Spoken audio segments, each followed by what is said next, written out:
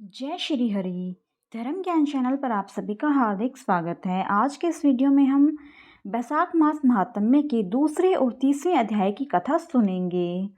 नारद जी कहने लगे, जैसे सतयुग जैसा युग, वेद समान शास्त्र, गंगा जी जैसा तीर्थ, जल दान जैसा दान, भार्या समान सुख, खेती जैसा धन, जीवन के समान लोभ, नेत्रों के समान ज्योति, भोजन के समान तृप्ति, सत्य के समान यश, आरोग्य के समान हर्ष कोई दूसरा नहीं है। ऐसे ही बैसाख जैसा अन्य कोई दूसरा मास भगवान को प्यारा नहीं है। जो इस मास को व्यर्थ गंवा देते हैं वह धर्महीन शीघ्र ही पशु योनि पाते हैं।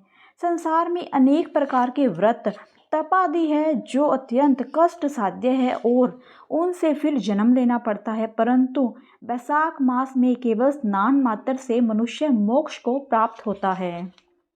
सब दानों तथा सब तीर्थों के समान स्नान का फल वैसाख में केवल जल दान से ही मिल जाता है। जिसमें जल दान देने की भी शक्ति न हो वह दूसरों से दान दिलवाए, उनका भी फल यही होता है। जो पथिकों के लिए प्याऊ लगाता है वह अपने कुलों का उद्धार करता है। प्याऊ लगाने से देवता, पितर तथा ऋषि अत्यंत प्रसन्नता को प्राप्त होते हैं। जो बल की इच्छा हो तो जलदान, जो पवन की इच्छा हो तो पंखा बैसाख मास में दान दें।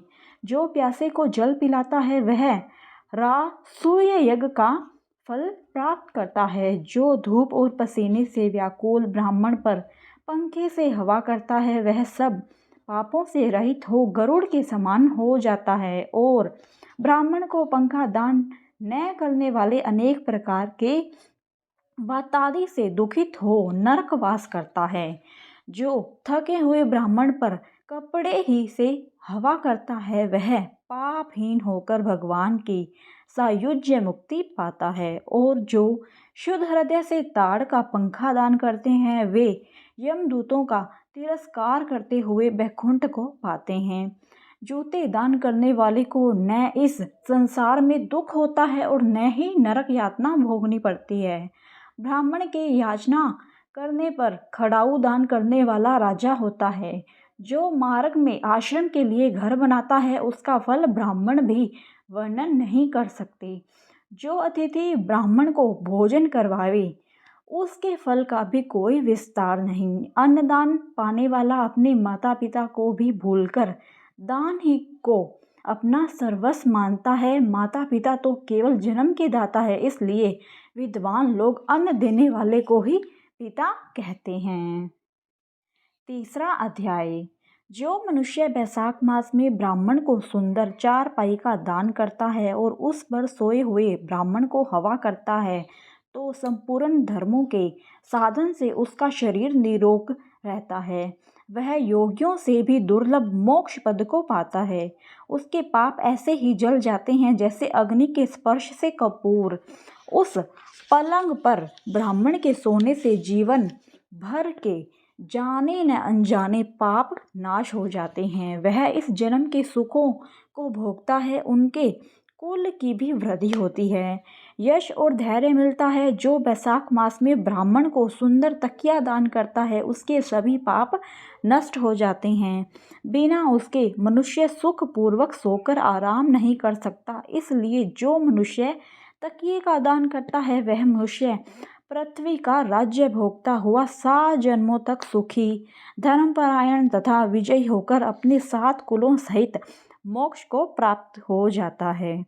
जो बैसाख मास में चटाई या आसन का दान करता है, जैसे जल में पड़ी हुई वह भीगती नहीं, जल से अलग रहती है, वैसे ही वह मनुष्य संसार के सब धर्मों से अलग रहता है। चटाई तथा आसन देने वाला मनुष्य आसन और शैया पर बैठकर सुख भोगता है। जो कुमकुम का दान करता है वह सार्वभौम राजा होता है। जो जल से भीगी हुई चंपा तथा कुश का दान करता है वह सब पापों से छूटकर सर्व सुखी होकर देवताओं की सहायता से मोक्ष प्राप्त करता है। जो मेष संक्रांति में केतकी और मल्लिका का दान करता है, जो सुपारी, सुगंधित द्रव्य तथा नारियल का दान करता है वह 7 जन्म तक ब्राह्मण के घर जन्म लेकर 7 कुलों सहित भगवान विष्णु को प्राप्त होता है। जो ब्राह्मण के विश्राम के लिए मंडप बना कर देता है उसका अनंत फल होता है। जो छाया मंडप बनाकर बालू गिरवा कर प्याऊ लगाता है वह भी स्वर्ग का स्वामी होता है। जो रास्ते में बाग, तालाब, कुआं, बावली, प्याऊ आदि लगाता है मानो धर्म उसका पुत्र ही है। उत्तम शास्त्रों का सुनना, तीर्थ यात्रा, जलदान, सत्संग, अन्नदान, पीपल का वृक्ष लगाना तथा पुत्र यह सम्मान ही है। ऐसी संतान देवताओं को भी दुर्लभ है। जिनके संतान न हो उनको इन सब कर्मों से एक कर्म अवश्य करना चाहिए, जैसे कि दान। धन्यवाद मित्रों।